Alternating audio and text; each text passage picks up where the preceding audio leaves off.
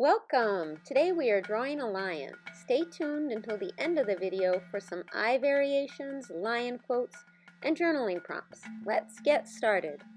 You're going to begin with a pencil to do the top of the head, and you'll see why we're going to erase that line out after, but it's a gentle curve for the top of the head, and then we can move into our pen. So they have small ears, so making the small ears the same.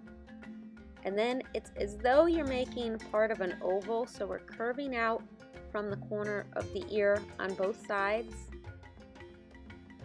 And then we're going to curve back in as though it's part of an oval, but we're going to stop and leave it open where we're going to put his muzzle coming forward. So then we're going to make these two circles, and definitely not perfect circles, but try to keep them about the same size. To each side, these are going to become his cheeks, and I'm going out and I'm touching that part of the oval that we drew. So you can see those are his two cheeks, and we're going to put the chin underneath. So you can see it taking shape. His face is coming forward, and I'm going to put a little curved line up to show you that's part in between that's becoming his nose. I've added a little highlight. And the nose, you can make it any size. I'm filling it in with black, and see I'm going to make it a little bigger going down, and it meets where your two circles are meeting of your cheeks. Remember, it's coming down together, and that's what makes that line going down to the mouth.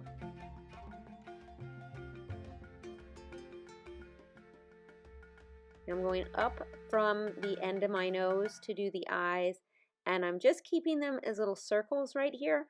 But at the end of the video, there's an animation where I change the eyes and do some different things, so you could look at the eyes there at the end to see if you want to do something different.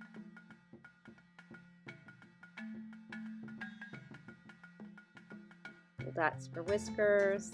That's a little detail you don't have to put in if you don't want. And now I'm going to do the mane, so it's parted off to the side. So I put a little dot to show you I didn't put it in the center on purpose. And then I put a jagged number out past his ear, and I'm going to do the other side with less out past the ear again. And then the next part I'm just going to do smooth, and again I put it so it's a little bit off to the side, not in the center on purpose, as we round and connect.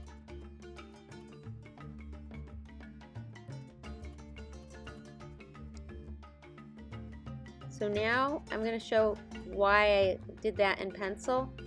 Anything that you want to put for a line of a hairline there works.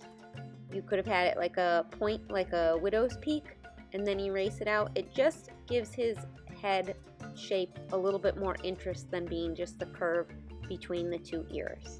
So that's why I did that separate, and if you just wanted the face, that's why I showed that there. But if you want to do the whole body, I'm coming down from the cheeks, gentle curves, and then I'm making those even, and I'm going to put the bottom of the paws so they go all the way out to the edge of his body there, trying to put them the same length, right? So those are the bottom of his feet, and it's kind of going to be like the letter D laying on its back as we round over the top of each of them. So those are his front paws coming down. And I'm going to draw like his leg going up. I'll put a little V at the top so you can see, right, that's the joint of the leg. And the body is farther back than the paws, so it's up higher. It's not even with the bottom of the paws. And some little curved lines to show the toes. And now the back feet, it's up higher again, because remember it's a little bit farther away. We're going to do that same thing where it's flat on the bottom and it's like a D laying on its back. And it's a little tucked behind his body, so it's a little smaller and it's farther away. So these are the back feet sticking out. But we would also see his hips.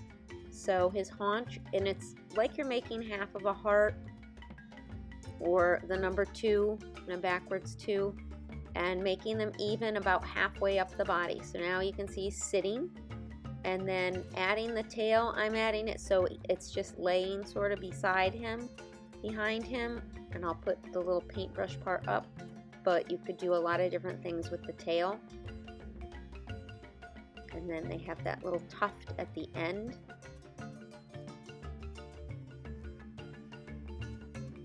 And just to ground him, I'm just going to put a little bit of a line for interest so it looks like he is sitting on the ground, and a few little marks to show the differences in the ground. And I did add a little heart onto this one because we are going to have that reference if you're lion-hearted, making it like it's beating. Again, that's a detail you could leave off. Oh, and I forgot I was going to put in the little whiskers on the chin. And I'm also going to put in a little, like his hair is a little messed up and sticking up. So there you have him. Lions have long been a symbol of strength and courage. They are known for their willingness to fight when needed. They will fight to protect and defend their territory and pride. Lions represent being brave, even when it's difficult and unpopular. Are you needing to be brave or confident in the face of difficulties? A lion lives in the heart of every brave man. What are you being a lion about? Journal about it to reaffirm your inner strength. Then rest, knowing the truth is like a lion. You don't have to defend it. Let it loose. It will defend itself. Happy journaling.